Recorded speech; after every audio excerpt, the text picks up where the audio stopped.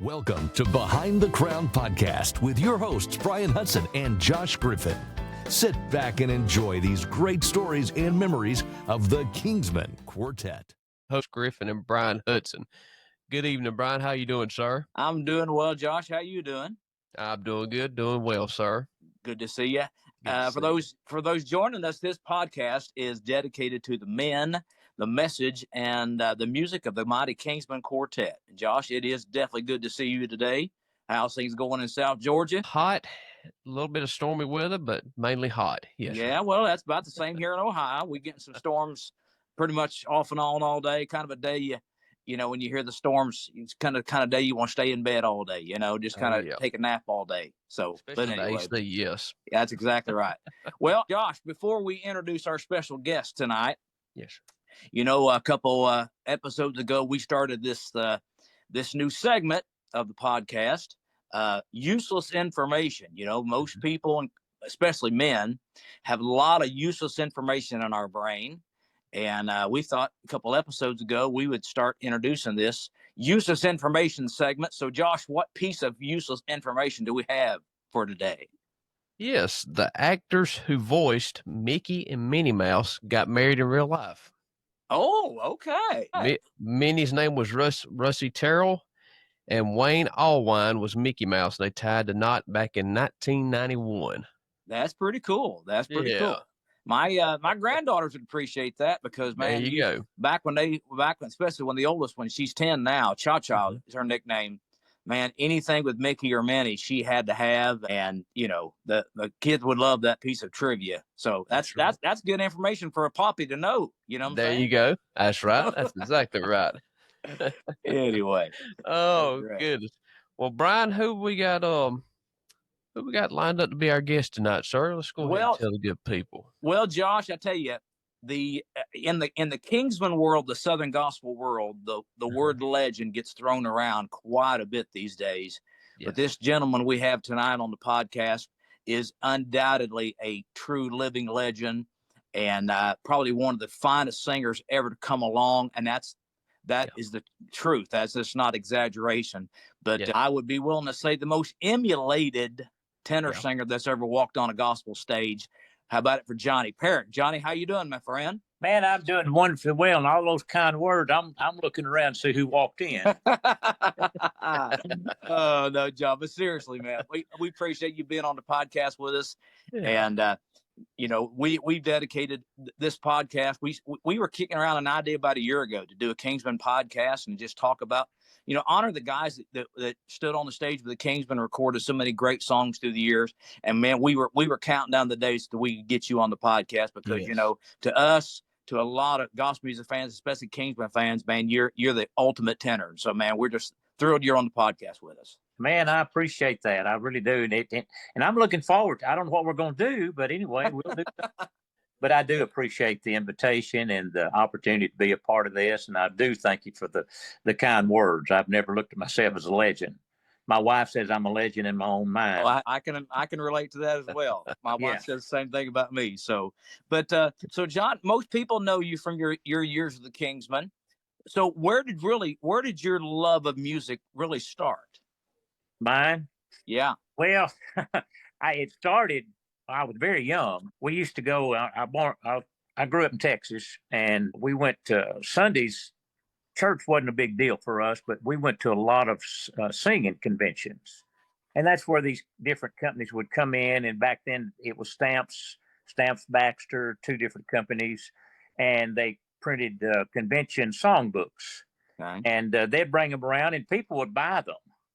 And then we'd all stand up and everybody take a turn leading the song, you know, and that kind of thing. And that's what I grew up in. And they would have a special come in, and my mom and daddy was always a special. They would sing and they sang a cappella. Mama was had a real pretty soprano voice. My daddy was a tenor. And so, you know, we went to them with them. And of course, the special part about those days when there's all day singing and dinner on the ground. Right.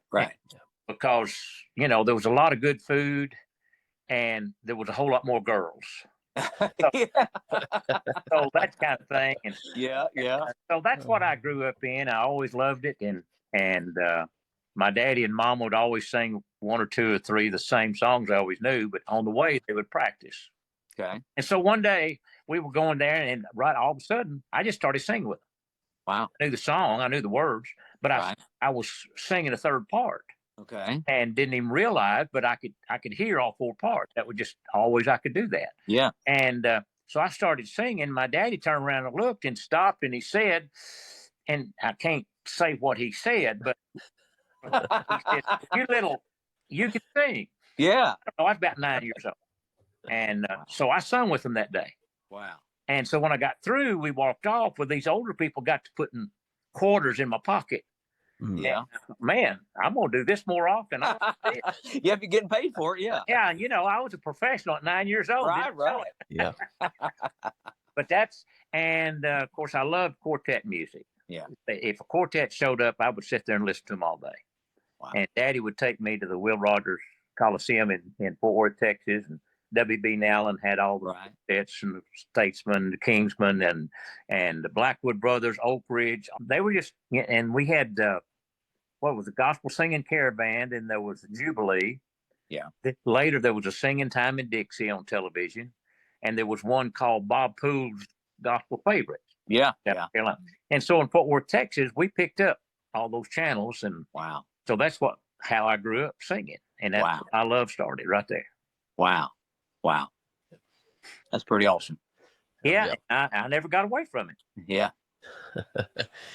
Johnny, how did you come to get to be connected with the Kingsmen and have an audition with the guys? Well, that came later on. Of course, I grew up and we'd sing through. I sung in school and with quartet here and there, like I always wanted to do. And then after high school, I had left Texas, moved to Arkansas, where my wife is from, and I told my wife, I said, "Now you just need to know one thing I want to do. If I ever get a chance, I want to sing."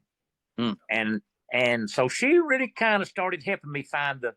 Wow. Wrote letters, and we only got one letter back, and that was from Herman Harper, and he was real nice. Wow. And he said, we don't place singers. We're a talent agency. Okay. And so, it's very nice. It's a nice way of saying I don't have time for you, maybe. Yeah. Anyway, I had a trio in Arkansas. Okay. And we formed that trio in 1970 when I moved there. And we decided we want to cut an album. Yeah. We went to Nashville, Tennessee, got hooked up with Joel Gentry and Skylight Records, because Skylight Records was what Blackwoods and the Statesmen recorded on. I thought we get on that record, we're going to get some top-notch stuff. Right. Little did I know, But anyway, we went to Nashville and we recorded our album, and Joel Gentry pulled me to the side and he said, "Have you ever thought about going singing full-time?" I said, "Man, I'd love to do that." And he said, "Well, I'll see what I can do with this album." Wow. And sure enough, that came true. And he pitched it to the Kingsmen, and Eldridge Fox had just reformed the Kingsmen. Okay. There was a Kingsman in the earlier days. I had heard them on television, and but they never were one of my favorite groups. They just didn't have the showmanship that the old Statesmen did, and the Blackwood Brothers did. Right. I liked all that cutting up too. Yeah. That's all cool. But anyway, Eldridge called me, and or Joel Gentry called me first. He said, "You're going to get a call from an Eldridge Fox, and he's the manager of the Kingsmen." And I remembered the Kingsmen those days, and I thought, of all the groups, call me. That's not the one. That's not the one. Yeah. No, it wasn't the one. But I didn't know what was in plan for that. So anyway, he flew me to Asheville, North Carolina. They had just hired Jim Hamill 2 or 3 months before. They were going back together, and Ray Dean was bass singer.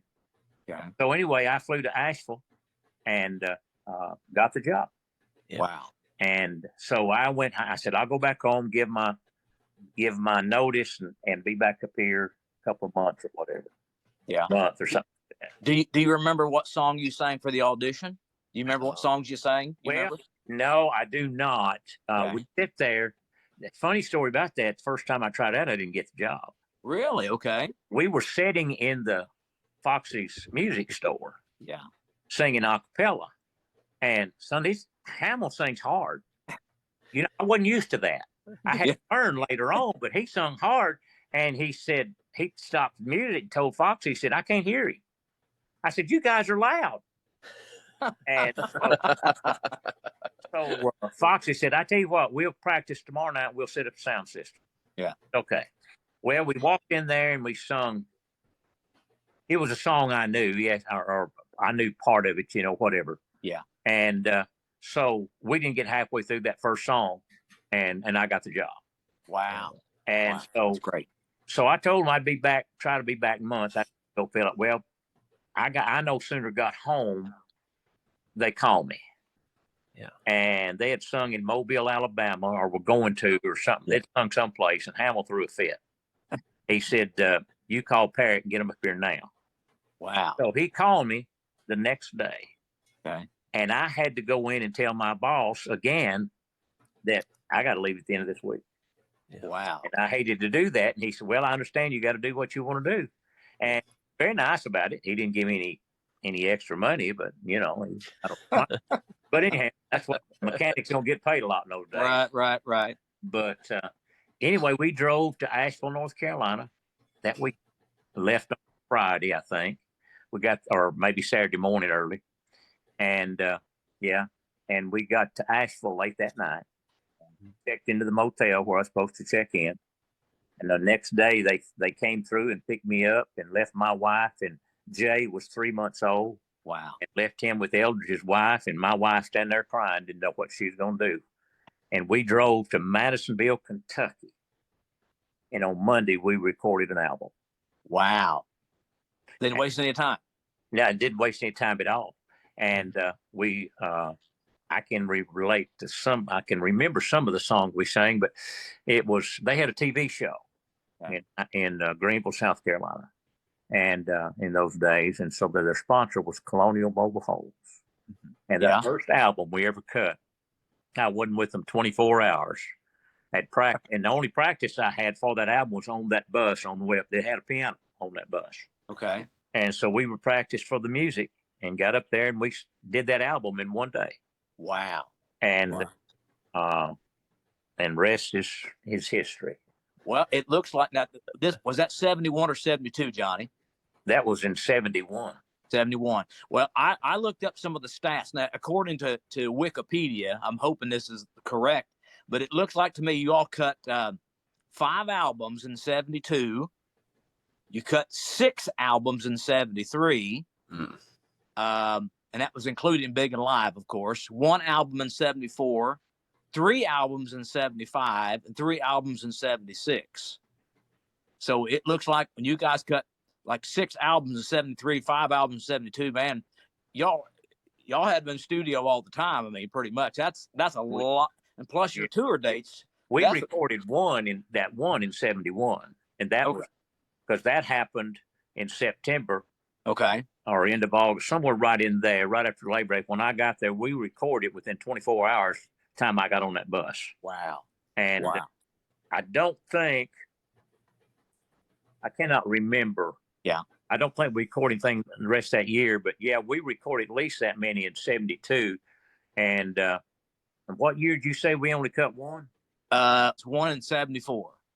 No, we cut 2 in 74. Okay. I know at least 2, probably 4. Okay. Because we did our contract with Canaan Records. 73, Big and Live was our first one. Right. And then the next one was 1,786 pounds of gospel. Yeah, I remember that one. And then we did Jubilation, 24 Karat Gold. We had to do 2 albums a year. Gotcha. Okay. So I know we did 2 in 74. Okay. And I think that's when Squire joined us in 70, either 74 or 75. Okay. But anyway, and we also had permission to do budget albums. So I feel like we probably cut more than that. I counted up one time. Yeah. Recorded over 20 albums with them. Gotcha. Okay. Okay. Yeah. And and I don't remember the exact numbers, like 24, somewhere right in there. Okay. Well, you being the tenor, you introduced so many great gospel songs that the Kingsman tenors have been singing since. That you were the originator on. One of my favorites was just as the sun went down. I always loved hearing you do that. Just as the sun went down. I don't know. We got that song along with Mayday. We got those two songs from a little local group there in Asheville. Oh, okay. And we doing that just as the sun went down, and we opened up with it. Just almost every concert we ever did. We recorded it on a budget album, and I'm pretty sure. Yeah, that was before we went to Canaan. We recorded on Just Plain Singing, I think. Okay. And Just the Sun Went Down.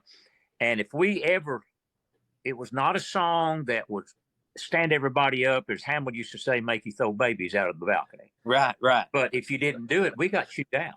Oh, yeah. I can see that. I can see that. Why didn't you do that song? And we went back second half and do the song. Yeah. Well, I loved it when you all did it, because it starts, and everybody sings together. Now you do the second verse by yourself. It's a solo, but you all start together. It's not big and high and loud. It's just a great song that you can hear everybody, make sure the blend is okay, make sure everybody's turned up. And plus it sets the mood for the entire night. So I just love it when you all did that. It was a great opener. Yeah. Great opener. Great opener. And you introduced one of my favorite songs, Look for Me at Jesus' Feet. Sure did. On Big and Live. Yeah. And that was, of course, you all got, that was Dove Award Album of the Year in 1974, Big and Live. It was. So, and I heard the original, somebody had, I can't remember what website it was, but I heard the original, Look for Me at Jesus' Feet. And I think Squire did the original. It was with a cavalryman, and it wasn't really a tenor feature, but when you guys recorded it on Big and Live, did you ask for that song, or they just they decided to give that to you? No, very seldom.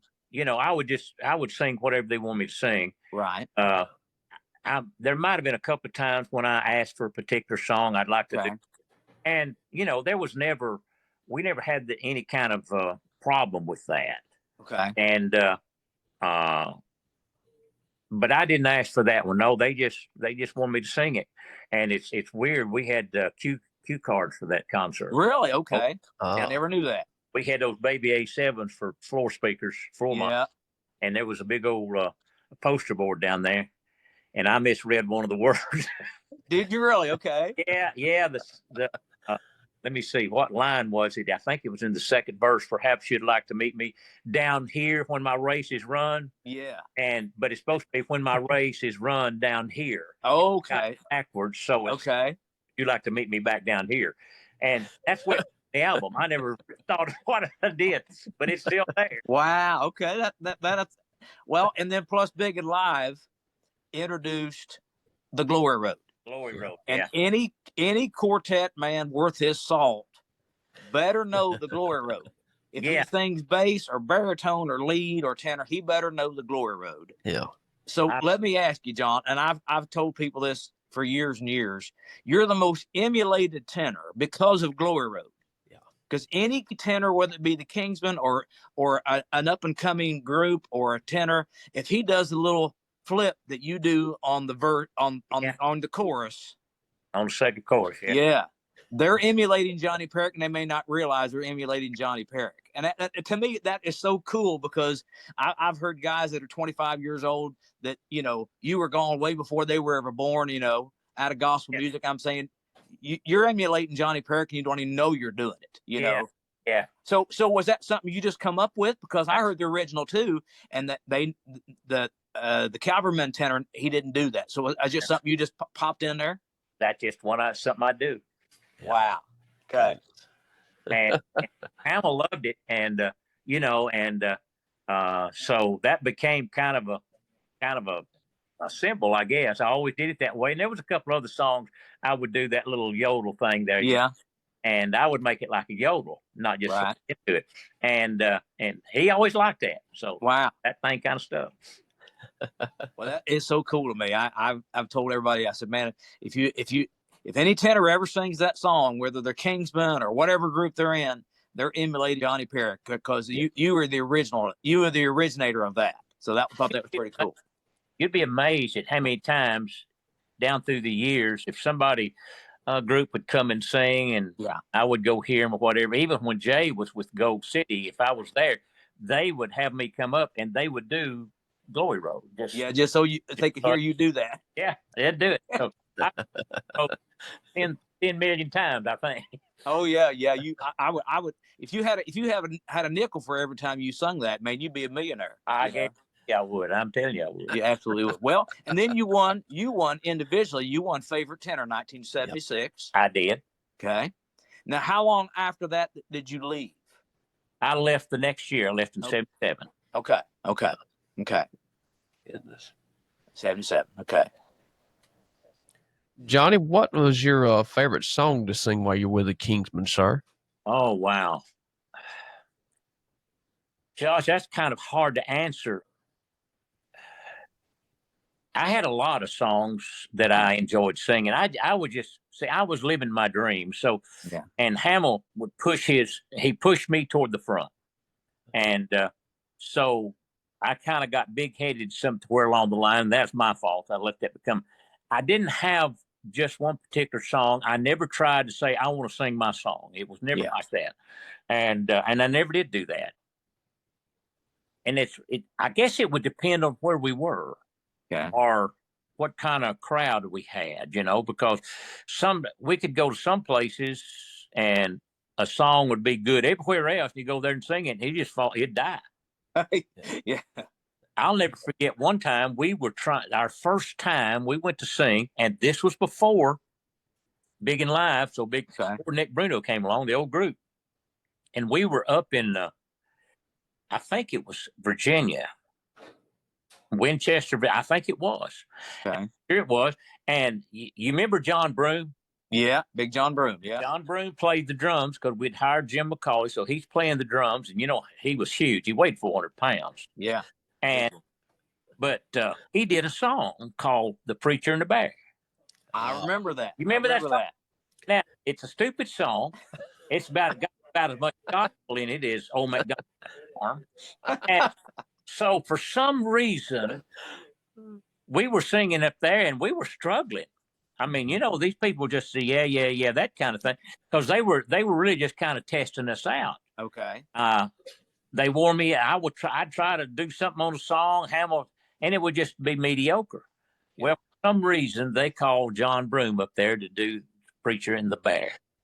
And that crowd went wild. And you what? That's funniest thing. I mean, he stole the show. From then on, we had it. The next time we went up there, we had a good crowd. They looked forward to it, but we had to sing Preacher and the Bear. Had to sing Preacher and the Bear. So, wow.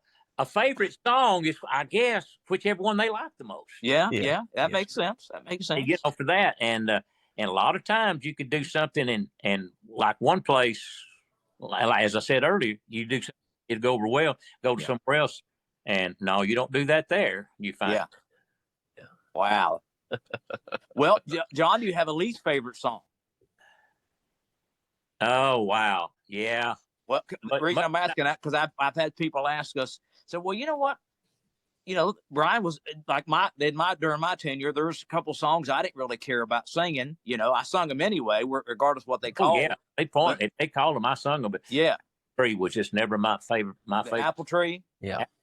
No, I hated that thing. I mean, I got everything. I did. I mean, we recorded it twice. Yeah. And then we put it on Big and Live. Yeah. And we recorded 2 albums.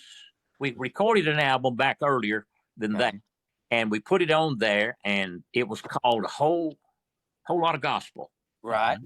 Yeah. And Rusty Goodman wanted that Apple Tree song on one of his recordings. Okay. So he said, I'll re-record that. We'll just do that song. Okay. So we went up there and did another album with almost every song off that other one, except a few. We cut 2 or 3 different ones, but we had to do Apple Tree song. And right in the verse where he would be talking. He said he's talking to the guy's talking to the preacher on the train. Right. Said preacher said it got so bad. Said I even hit my daddy, and had to leave home. And so he gets to a line, and Hamill says something, and the guy said, he said, son, we're going to have to ask you to leave home because you're breaking your mama's heart. And I'd leaned over to him where he could hear it, and I said, yeah, you didn't do my jaw any good. And of course, all the guys on the stage would hear that. Hamill would hear it, and he'd get frustrated. And then later on, he did that. Get this, later on, they did that when Jay was with the...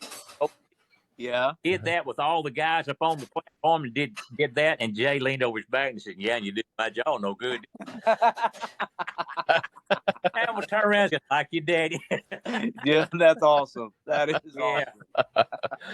Awesome. Gracious. Well, John, let me ask you about, what was one of your favorite things about life on the bus? What was one of your favorite things? You have a favorite thing? Well, yeah.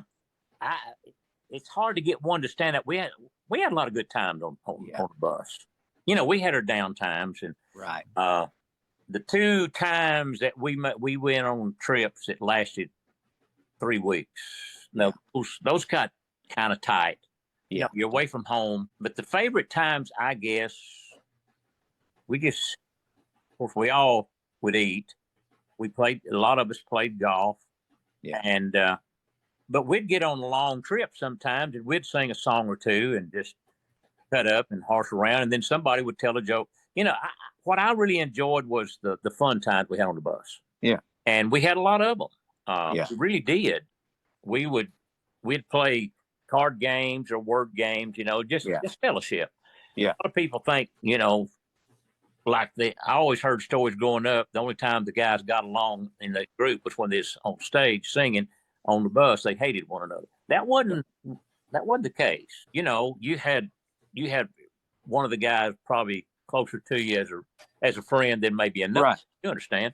But right. And we'd have things that go wrong, and I got to tell you this. This is funny. It was things like this that kept life going on the bus. Yeah. When we had that first TV show. Okay.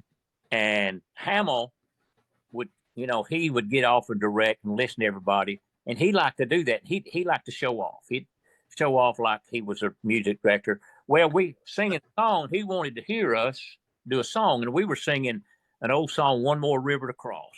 Right. One More Mountain to Climb. Yeah, that's it. And at the end of that, John Broom, we'd stop, and there's a little break before we ended it. And John Broom did a little, as fast as he knew how, a roll on the drums. Okay. And we had a live audience. Yeah. So we're practicing this song in the live audience, and he did his thing. Hamill said, no, John, I want you to do, here's what I want you to do. I want you to do a little, when we get to that point, I want you to just do me a little diggy, something like that. Yeah. Well, so we go back through it. When we got that point, John Broom stands up and said, diggy. When the crowd fell out, me and Charles Abey go behind the curtains because we know there's fixing to be a war. And we get on the bus that night. We're going back home, and Hamill is chewing John Broom up one side, the other. I mean, and we're just sitting there just cringing. Oh, yeah. The whole time, now get this, the whole time Hamill is chewing him out, John Broom's got his billfold out and going through where you keep your bill money, Yeah, just through there. And Hamill gets frustrated, and he said, Broom, what the Sam Hill you looking at? He said, I'm looking to see if your name's on my paycheck. And oh man. Me and Leonard Hollifield, we ran to the back of the bus. Foxy fell out laughing, and Hamill didn't have a chance. I mean, it was over. Oh, those were good times. Yeah. Broom, he wouldn't get mad at you flat. He wouldn't do it. He was just a funny guy. So it was those spontaneous things that was good. Oh, that's good. That's good. And that's the way we were. We were they accused us always of being two chords and a cloud of dust, Yeah. And we walked on stage like a wad of worms. Yeah. But there was a lot of good times, and like when Jim McCauley lost his pants on stage, and that I did hear about that. that was hilarious. That was in Rome, Georgia. First time we had sung there, and Jim McCauley had just come with us. Yeah. And so he's playing the bass, and he didn't have a suit like ours. We had two, so he wore Foxy's suit of one color. So the group had one color suit, and the band had another color suit. So we were looking professional. We were yeah. We were cool. We weren't cool, but we looked cool. And we're singing Mayday. Okay. Serious song, features Foxy. On the stage, there was a rule: Hamill ran the stage. Yeah. And serious song, you didn't cut up. Yeah. You don't. And so I hear a noise or see something in the corner of my eye, and I'm standing there looking over at Foxy while he's singing, and something moves out of the corner of my eye, and I look over there, and Jim McCauley's got his bass guitar standing straight up like this. He's holding it in front of it, and he's sliding his feet going toward the curtains, and I look down, and his pants are literally all the way wrapped around his ankle. And there he goes sliding across. He had on some kind of satin-looking boxer shorts. Oh, and I'm about to die. Hamill turns around and gets mad at me, and I just point to McCauley. He sees it, and he gets tickled. Foxy gets mad, and so we're scared to death we're going to get fired. McCauley slips over there, pulls his pants up, comes back out, and finishes the song. Nothing wrong, but when we got that bus, Foxy was hot. Oh, wow. He said, I want to know what's going on, and we told him. Well, he forgot about being mad. It was okay. And, oh goodness. Oh man, that's great, man. That is great. I had heard that Big Jim McCauley, he didn't have much of a backside, so keeping his pants up was not the easiest thing in the world. No, it was not. He had a big gut, but he didn't have any rear end, so he'd walk by, and I'd just pull him down like I do it to him every time. Oh my word! Oh, we had good like that. Well, how about your least favorite thing about the bus? What was your least favorite thing about the bus?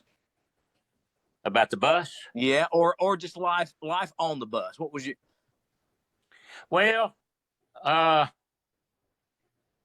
guess it would be when the long trips would get to you, and everybody's feelings get on edge, and it wasn't favorite and good times, but somehow or another we'd make it up. We never had a real big clash. Okay. It never did. And if we did, I wouldn't tell it, because we were family and all, and there's no such thing as even as a perfect family. You have a clash. That's true. But we got along well, and we might walk out on stage mad at one another, but when we come off stage, we'd forgotten it. Yeah. And it's just a lot of different things. There's so many things in my mind. I was living my dream. Yeah. And sometimes I think the hardest time would probably be the long trips. Yeah. And I think with something like that, and but it's amazing how we were able to make up for things. It really is. So But least favorite things would be, we'd walk out on stage. If there wasn't 10 people there, we would sing our best. Yeah, we really did. Yeah. And those kind of times, you like the big crowds. You want to go out there, and they're not there. That's not. Not my favorite times. Yeah. And in those days, there was a lot of cutthroat going on between groups, and that never was fun to me. Somebody walk by and unplug your sound while you're singing or something like that. Yeah. That took place in those days. That wasn't fun. There was some people there that I admired for their singing, but because they were jealous of our group or something, they'd do things like that. That was not fun. Yeah, I told somebody a few weeks ago that for me, that was the hardest thing about when I joined the Kingsmen, was seeing somebody who I'd kind of looked up to, and then I discovered they weren't necessarily what I thought they were. And, I can appreciate somebody's gift and talent, but I care more about how they live off the platform than they do on the platform, Yeah. And I think for most people, probably that was one of the disappointments, just realizing. And that happened to us, happened to me a couple of times, just guys I looked up to come off the stage and want to take you to the side and fight you because you're not standing up and applauding for them or something like that. And I hear you sing. I came to see these people hear me sing, and that was, I didn't enjoy them. Yeah. I enjoyed camaraderie and having a good time. I did. I like to fish, fellowship with the other groups. And because most of the people I was singing with on stage, I had heard growing up. They were my heroes. Yeah. And I got to sing with them and share the stage with them. So, like I said, I still live my dream and everything was still exciting for me. Yeah.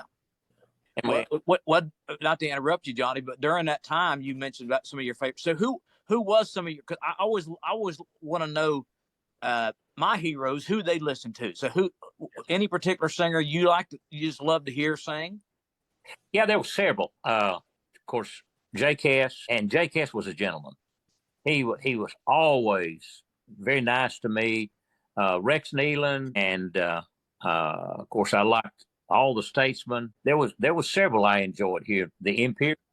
Yeah. Now, I can't say that. I mean, they were some of my favorite singers, but we only worked with them one time. So okay. But I meant Couriers. What I meant, I enjoyed them. Yeah, the Couriers. Oh yeah. And they were great guys. Yeah. And to this day, until Neil had his stroke a few years ago, he would call me every once in a while. We would just talk, Wow. And I always thought that was so cool. This guy's calling me, and yeah. So there was a lot of them. I like to, when we would sing together with several groups like the Stamps and Cathedrals. Yeah. Well, George and JD would get together. I'd go follow them. Okay. Because they'd start talking about the old days. Yeah. I loved those guys. Wow. So I had a lot of singers I enjoyed singing. Wow. And enjoyed hearing them. Wow. Yeah. Well, let me ask you. This is a question we were asked to ask. If that makes sense. Kingsman fans usually are pretty good cooks. All the years I was on the Kingsman bus, we had some pretty good cooks bring groceries. We called it groceries to the bus. Yes. What was some of your favorite foods that people brought on the bus? Oh, wow. I didn't cull any of it. There's not any food I can't eat. There's some I don't. But right.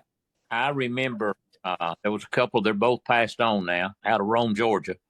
And they had one of these long Chrysler station wagons. Okay. And I think that was the original tailgate days because they would bring us food, a full supper, every time we sung around them. Wow. And she made the best lasagna I'd ever eaten in my life. I'd never eaten. My. And it was always homemade rolls. And she'd bring out, and it'd be a full thing. And bring was a lot of people asked for food. Wow. And